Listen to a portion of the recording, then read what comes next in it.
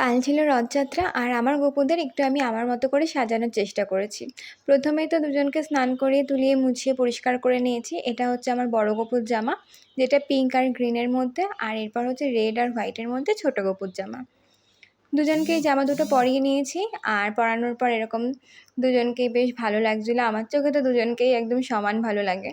এরপর এটা হচ্ছে বড় গোপুর জন্য মালা, এটা বাড়িতে বানানো মালা।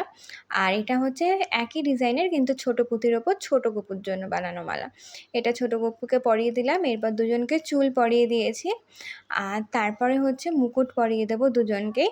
আর এভাবেই আমি আজকে সাজটা কমপ্লিট করে দিয়েছি দুজনের। এই যে মুকুট পরিয়ে দিলাম বড় গোপুকে, আর তারপর পরাবো হচ্ছে ছোট গোপুকে। এটা ছোট গোপুর মুকুট, ওকে পরিয়ে দিলাম। আর এই হচ্ছে দুজনের ফাইনাল লুক। দেখে বলো কেমন লাগছে তোমাদের, আর তোমরা কেমন করে সাজিয়েছো অবশ্যই একটা করে ফটো শেয়ার করে দেবে। আজকের জন্য এইটুকু, আবার দেখা হবে কালকে। টাটা।